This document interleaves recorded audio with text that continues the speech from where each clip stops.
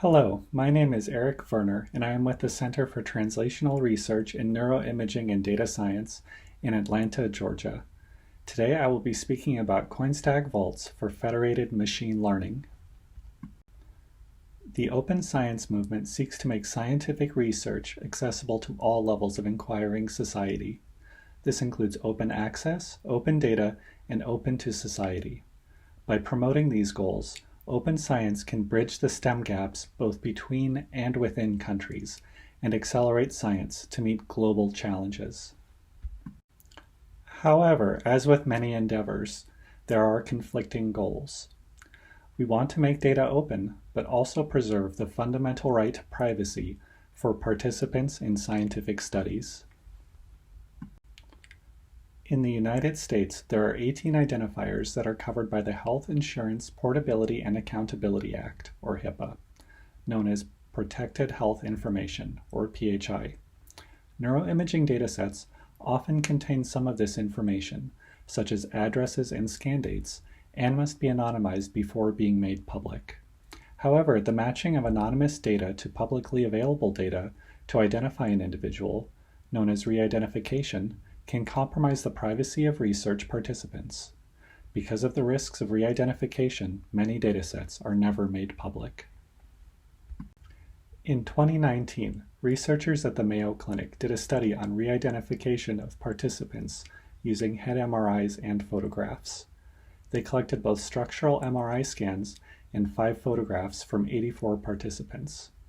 Then they reconstructed the face of the participant from each MRI scan using an automated system, and used publicly available facial recognition software to match each reconstructed photo to a real photo. The facial recognition software found the correct photo for 70 of the 84 participants, or 83% of the time. The authors of the study did not use techniques to deface the image, noting that such techniques are often not used in anonymized datasets because they reduce the utility of the images. This was a powerful study that shows the danger of re-identification in neuroimaging. If people believe that their private information is not safe when they participate in a study, it will be harder to recruit participants, and data quality will suffer. Participants will be less likely to report information that can possibly be used against them. Breaking the trust between scientists and participants harms science. The Collaborative Informatics and Neuroimaging Toolkit for Anonymous Computation, known as COINSTAC, seeks to strike a balance between open science and privacy by enabling open, reproducible data analysis while guaranteeing privacy. COINSTAC allows researchers to perform federated machine learning and coordinated pre-processing using containerized software. COINSTAC is open source software available on GitHub under an MIT license. It is a cross-platform application built with Electron, which can run on Mac, Linux, and Windows. It has a user-friendly interface that allows users to create new consortia, set up and run pipelines, and view results. The COINSTAC application is built entirely in open-source programming languages, using modern JavaScript frameworks, such as React and Apollo for the front end, and Node, Express, and MongoDB for the backend. COINSTAC utilizes the MQTT communications protocol, which was invented for the Internet of Things, to guarantee reliability in uncertain network conditions. Computations are run inside of Docker containers and encapsulate all dependencies, including operating system, software libraries, and custom code. Any programming language can run inside, including Python, MATLAB, and R. COINSTAC enables federated machine learning, which allows us to use data without directly accessing it. Imagine a situation where there are multiple sites that have data that they cannot share. They also want to analyze their data together to build more accurate and generalizable models. COINSTAC allows them to build a model together without sharing data. There are multiple ways to do this, including single-shot and multi-shot algorithms. With a single-shot algorithm, each site builds a model on its own data and then shares the model with the remote node. The remote node then combines those models into a global model and shares it back to each site. In a multi-shot algorithm, a model is built iteratively using an optimization routine like stochastic gradient descent. On every step, the remote node shares a global weight vector, and each local node returns the gradient on its dataset until the algorithm converges. Differential privacy is a technique that can be used to more strongly prevent re-identification. The idea is that noise is added to the results of an aggregated query to prevent a malicious user from identifying individuals by making multiple queries and cross-referencing with public data. With differential privacy, the probability of re-identification can be quantified and dialed up or down, depending on the importance of performance versus privacy. The data owner can keep track of how much data has leaked from a site, known as its privacy budget. Differential privacy can be combined with federated machine learning. Two ways to do this are output perturbation and objective perturbation. In output perturbation, noise is added to the output of an optimization algorithm, whereas in objective perturbation, noise is added at every step of the optimization algorithm. Objective perturbation generally works better but requires good local feature mapping and identical pre-processing across sites. We have implemented differentially private support vector machines and logistic regression. Each site trains its own classifier, represented as the W vector in the figure, and sends it to a private aggregator. That site then combines the outputs of the classifiers to build a final classifier that performs better than each individual model by itself. As you can see, the combined classifier achieves results that are significantly better than what can be achieved at a single site. This differentially private model achieved a classification error rate of 5%, whereas individual sites achieved error rates of over 20% on neuroimaging data. Many other studies have shown similar results. For example, this paper presented a federated neural network classifier to differentiate smokers from non-smokers in real fMRI data. The federated model achieved results that were close to results achieved using pooled data and were far better than results from isolated sites. You can see in the figure that the pooled model attained a classification accuracy of about 80% after 130 iterations, whereas the federated model achieved accuracy of roughly 74%. Isolated sites performed the worst, with accuracies between 35 and 50%. Similarly, in a paper recently placed on bioRxiv, brain age estimation was performed using support vector regression on 3 types of data: structural parcellations from FreeSurfer, gray matter volumes, and functional network connectivity matrices.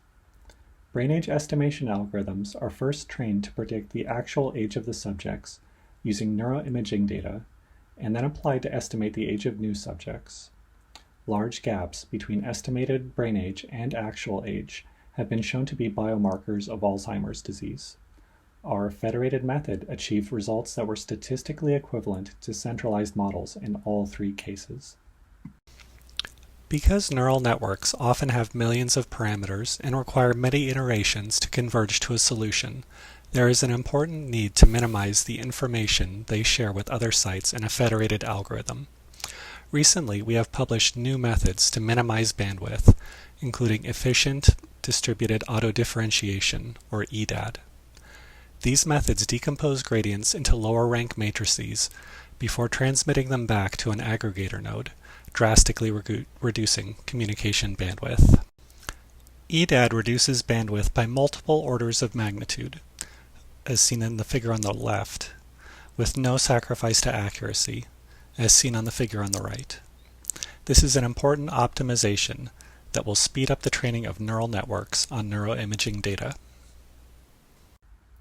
We currently have many federated algorithms that researchers can use to study both structural and functional imaging modalities. We have differentially private methods and are working on secure multi-party computation algorithms, which do not require data to be decrypted throughout the algorithm. In addition, we are working to add differential privacy to our existing federated algorithms.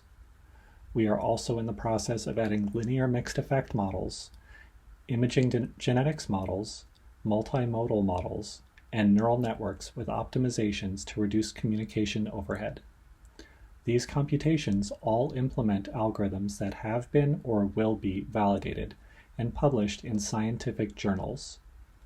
Additionally, they are all open source and available on GitHub and Docker Hub. Now I would like to show you some example results from COINSTAC. Here we have a result using federated regression on structural MRI images. The images were pre-processed using voxel-based morphometry, and then a regression model was created for each voxel with covariates of age, gender, and diagnosis. The output is a map of the regression coefficients and their significance for each covariate. COINSTAC also features a dynamic functional network connectivity pipeline. Functional MRI images are pre-processed and then used for federated group independent component analysis and dynamic functional network connectivity. After group ICA, federated Mancoba and univariate statistics can be run as well. We also have federated methods to visualize high-dimensional data. A federated version of T-stochastic neighbor embedding can be used to quickly identify data quality issues and see patterns in the data. Here you can see the results of a toy example using the MNIST handwritten digit dataset. Each group consists of images of handwritten digits. The algorithm uses a nonlinear mapping to project each image with many pixels onto a two-dimensional plane, while preserving distances in the original high-dimensional data. We are actively working with multiple groups. We have published a study with Giga and are currently in the process of publishing another. Going forward, we are investigating the effects of both genetics and environment on the brain, with them using COINSTAC. We are also working with the Enigma schizophrenia and bipolar working groups, looking for transdiagnostic biomarkers. With Penn State, we are developing a federated algorithm for site harmonization, called COMBAT-DC. Finally, the Child-Mind Institute is working with us to develop COINSTAC vaults, which are the subject of this talk. Earlier this year, we presented a paper with Giga on structural changes in brain gray matter linked to age, smoking, and BMI in adolescence using datasets from Europe and India. This analysis used over 2,000 structural MRI images collected at 14 different sites across 2 cohorts. The images were pre-processed using VBM and then analyzed with a federated regression algorithm. Results showed a widespread reduction in cortical gray matter and increase in the hippocampus with age, bilateral increases in the hypothalamus and basal ganglia with BMI, and cingulate and thalamic decreases with smoking. This is consistent with and extends previous findings. We did another study with Giga in which functional MRI data was used to examine differences in independent component spectra and functional network connectivity associated with alcohol and tobacco use. The study used over 2,000 subjects in sites in India and the US. We ran federated group ICA with the NeuralMark template, followed by federated ICA statistics on the component spectra and functional network connectivity. One of the benefits of the spatially constrained ICA approach is that we gain the advantages of estimating subject-specific, maximally independent spatial maps and time courses. But the constraints facilitate automatic component selection and ordering. This then enables us to fully automate the spatial ICA approach. The results of this analysis reveal that both tobacco and alcohol both increased high-frequency power in the spectra, in the blue. Alcohol also shows reduced power in the 0.05 to 0.1 Hz bold frequency range. FNC results show mostly reductions for both alcohol and tobacco, as seen in the figure on the right. We are currently writing the paper and plan to submit it for publication this year. You can learn more about the NeuralMark template by reading the paper by Du et al. At the bottom of this slide. We are working with Enigma on multiple fronts. We are using COINSTAC to study the relationship between positive and negative symptom scale assessments and features in structural, functional, and diffusion brain images. We will also run multivariate approaches, such as group-independent component analysis and source-based morphometry to help understand schizophrenia. We will also use multimodal machine learning approaches to predict symptom scores on the basis of multiple neuroimaging modalities. Additionally, we will apply the same techniques to data from bipolar subjects, as they often do the same assessments as schizophrenia subjects, and search for commonalities between the disorders. Enigma has had great success doing meta-analyses manually thus far, and COINSTAC will allow them to run a greater range of machine learning techniques on their data. After running studies with multiple groups, we have noticed several challenges related to federated learning. The research consortia that we have worked with have sites around the world, in North America, Europe, and Asia. Because COINSTAC operates synchronously, and all sites need to be online simultaneously, it is often difficult to find a time that works for everyone. It is also hard for some people to leave their laptops on and connected to the internet for some longer pipelines. To solve these issues, we are creating COINSTAC vaults. These are persistent COINSTAC instances set up at a site or in the cloud, which are always automatically available for federated computations. To bypass manual involvement, each vault has a list of approved computations and covariates in its dataset that it allows for group analysis. Instead of coordinating runs ahead of time, other researchers can simply run COINSTAC and add the vaults to their consortia.